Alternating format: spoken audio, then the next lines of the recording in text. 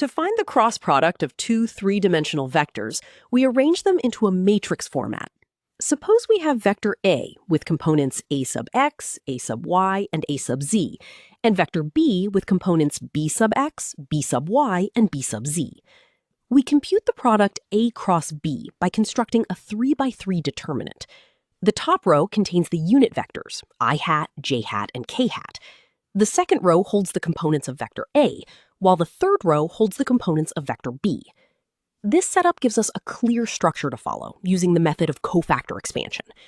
We expand the determinant by alternating signs across the top row.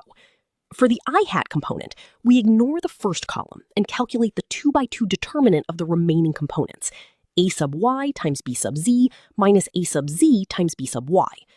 Crucially, the middle term for j hat must be subtracted. We ignore the second column and compute a sub x times b sub z minus a sub z times b sub x.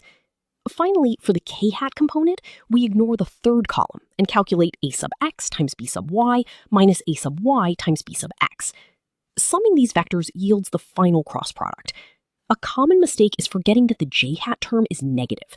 Always remember the pattern is plus minus plus.